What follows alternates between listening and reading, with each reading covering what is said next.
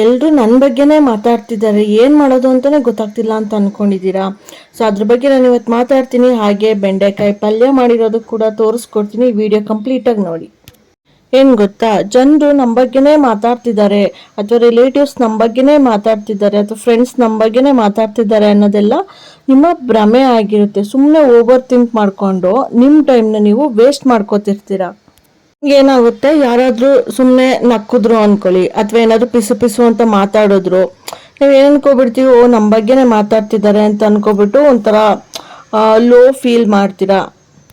ಆದರೆ ಇದೆಲ್ಲ ಏನಾಗಿರುತ್ತೆ ಅಂದರೆ ಸಮ್ಟೈಮ್ಸು ನಮಗೆ ನಾವೇ ನಮ್ಮ ಮೈಂಡು ಕ್ರಿಯೇಟ್ ಮಾಡೋದು ಈ ಥರ ಸ್ಟೋರಿ. ನಾವು ನಮ್ಮ ಬಗ್ಗೆನೇ ಮಾತಾಡ್ತಿರೋದು, ನನ್ನ ನೋಡೇ ನಗ್ತಿರೋದು ಅಂತ ಅಂದ್ಬಿಟ್ಟು. ಎಲ್ಲರೂ ಆ್ಯಕ್ಚುಲಿ ಆ ಥರ ಮಾಡ್ತಿರೋದಿಲ್ಲ. ಯಾಕೆ ಗೊತ್ತಾ, ನಮಗೆ ನೋಡಿದ ತಕ್ಷಣ ನಮ್ಮನ್ನೇ ಅಬ್ಸರ್ವ್ ಮಾಡ್ತಾರೆ, ಅದು ಇದು ಅನಿಸುತ್ತೆ. ಆದರೆ ಅವ್ರವ್ರದ್ದೇ ಪ್ರಾಬ್ಲಮ್ಸಲ್ಲಿ ಅವ್ರವ್ರೇ ಲೈಫಲ್ಲಿ ಎಲ್ಲರೂ ಬ್ಯುಸಿಯಾಗಿರ್ತಾರೆ.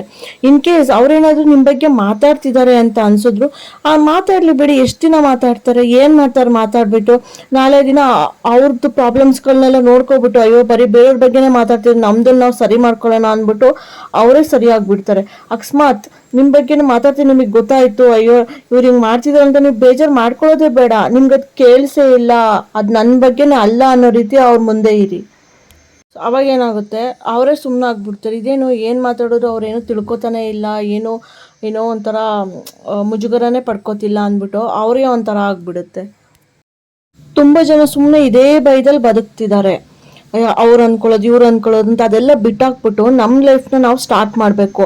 ಅವ್ರು ಏನು ಅನ್ಕೋತಿದ್ದಾರೆ ಅಂತ ಥಿಂಕ್ ಮಾಡೋದ್ರ ಬದಲು ನಾವೇನು ಮಾಡ್ಬೋದು, ಹೇಗೆ ಇಂಪ್ರೂವ್ ಆಗ್ಬೋದು ಅನ್ನೋದ್ರ ಬಗ್ಗೆ ಥಿಂಕ್ ಮಾಡಿದ್ರೆ ನಮ್ಗೆ ಎಷ್ಟೊಂದು ಪ್ರೋಗ್ರೆಸ್ ಆಗೋಗುತ್ತೆ ನಮ್ಮ ಲೈಫ್ಗಳಲ್ಲಿ. ಅವ್ರು ನಮ್ಮ ಬಗ್ಗೆ ಥಿಂಕ್ ಮಾಡೋ ಸರಿ, ನೀವ್ಯಾಕೆ ಅವ್ರ ಬಗ್ಗೆ ಥಿಂಕ್ ಮಾಡ್ತಿದ್ದೀರಾ, ಅವ್ರು ಏನು ಅನ್ಕೋತಿದ್ದಾರೆ ಅಂತ? ನೀವು ನಿಮ್ಮ ಲೈಫಲ್ಲಿ ಹೀರೋ ಆಗಬೇಕಂದ್ರೆ ಬೇರೆಯವರೆಲ್ಲ ಆಡಿಯನ್ಸ್ ಆಗಿರಬೇಕು. ನೀವು ಅವ್ರನ್ನೇ ಡೈರೆಕ್ಟರ್ ಮಾಡಿಬಿಟ್ಟಿರ್ತೀರ. ಹಾಗಾಗಿ ಇದರಿಂದ ಅವ್ರು ಡೈರೆಕ್ಟರ್ ಆಗಿಬಿಡ್ತಾರೆ, ಆಮೇಲೆ ನೀವೇ ಆಡಿಯನ್ಸ್ ಆಗಿಬಿಡ್ತೀರಾ, ಇನ್ನೊಬ್ಬರು ಹೀರೋ ಆಗಿಬಿಡ್ತಾರೆ. ಸೊ ಹಾಗೆ ಮಾಡ್ಕೊಳಕ್ಕೆ ಹೋಗಬೇಡಿ. ಸೊ ನಾನು ಹೇಳಿದ್ದನ್ನು ಮೈಂಡಲ್ಲಿ ಇಟ್ಕೊಂಡು ಒಂದ್ಸತಿ ಟ್ರೈ ಮಾಡಿ ನೋಡಿ. ಸೊ ನಿಮಗೆ ಎಷ್ಟು ಕಾನ್ಫಿಡೆನ್ಸ್ ಬರುತ್ತೆ ಅಂತ. ಇದು ಕೂಡ ನಿಮಗೆ ರಿಲೇಟ್ ಆಗಿದ್ರೆ ಎಸ್ ಅಂತ ಕಮೆಂಟ್ ಹಾಕಿ. ನೀವು ಇದೇ ರೀತಿ ಮುಜುಗರ ಪಡ್ಕೋತಿದ್ರಿ ಅಂತ ಅನ್ನೋದಾದರೆ ಎಸ್ ಅಂತ ಕಮೆಂಟ್ ಹಾಕಿ ನನಗೆ ತಿಳಿಸ್ಕೊಡಿ. ಮತ್ತು ಇದೇ ಥರ ವೀಡಿಯೋಗಳು ಬೇಕು ಅಂತ ಅನಿಸಿದ್ರೆ ಕಮೆಂಟ್ ಮಾಡಿ ಮತ್ತು ಸಬ್ಸ್ಕ್ರೈಬ್ ಕೂಡ ಮಾಡ್ಕೊಳ್ಳಿ. ಆ್ಯಂಡ್ ಇವಾಗ ನೆಕ್ಸ್ಟ್ ನಾನು ಇವತ್ತಿನ ದಿನದ ಬಗ್ಗೆ ಕಂಟಿನ್ಯೂ ಮಾಡ್ತಿದ್ದೀನಿ. ಸೊ ಊಟಕ್ಕೆ ರೆಡಿ ಮಾಡಿದ್ದಾರೆ. ದಾಲ್, ಬ್ರೌನ್ ರೈಸ್, ಸೌತೆಕಾಯಿ, ಕ್ಯಾಪ್ಸಿಕಮ್ ಬಜ್ಜಿ ಮಾಡಿದ್ದಾರೆ ಆ್ಯಂಡ್ ಕ್ಯಾರೆಟ್ ಗೈಸ್. ಇದು ನನ್ನ ಇವತ್ತಿನ ಮಧ್ಯಾಹ್ನದ ಊಟ, lunch. So this is my lunch: brown rice, dal, ಸೌತೆಕಾಯಿ and capsicum bajji, carrot. Protein in dal and fibre in brown rice. Fibre capsicum ಬಜ್ಜಿ ಇದೆ, ಬಟ್ ಪರವಾಗಿಲ್ಲ. ಇದು ನಮ್ಮ ವಿಡಿಯೋ ಮಾಡ್ಕೋಬೇಡ ಅಂದರು, ಇಲ್ಲ ಎಲ್ಲೋ ಹಾಕಲ್ಲ ಅಂತ ಮಾಡ್ಕೊಂಡು ಇಲ್ಲ ಹಾಕಿದ್ದೀನಿ. ನೋಡ್ಬಿಟ್ಟು ಮೇ ಬಿ ಬೈಬೋದು, ನೋಡೋಣ ಏನಂತಾರೆ. ತಲೆಗೆ ಎಣ್ಣೆ ಹಚ್ಕೊಡ್ತಿದ್ರು, ಅವಾಗ ಒಂದು ವಿಡಿಯೋ ಮಾಡ್ಕೊಬಿಟ್ಟೆ ಹಾಗೆ ಗ್ಯಾಪಲ್ಲಿ. ನೋಡಿ ಗೈಸ್, ರಾತ್ರಿ ತೊಳೆದಿಟ್ಟಿದ್ದೆಲ್ಲ ನೀಟಾಗಿ ಡ್ರೈ ಆಗಿಬಿಟ್ಟಿದೆ. ಈಗ ಏನಿಲ್ಲ, ಪಟ ಪಟ ಪಟ ಪಟ ಅಂತ ಹೆಚ್ಚಿಬಿಟ್ಟು ಪಲ್ಯ ಮಾಡಿಬಿಡೋದೆ ಅಷ್ಟೆ. ನೀವು ಟ್ರೈ ಮಾಡಿ ಇದನ್ನು ಒಂದ್ಸತಿ. ಬೆಂಡೆಕಾಯಿನ ನೀಟಾಗಿ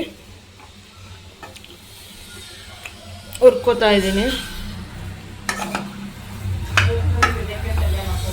ಬೆಂಡೆಕಾಯಿ ಪಲ್ಯ ಮಾಡೋದಕ್ಕೋಸ್ಕರ. ಅಯ್ಯ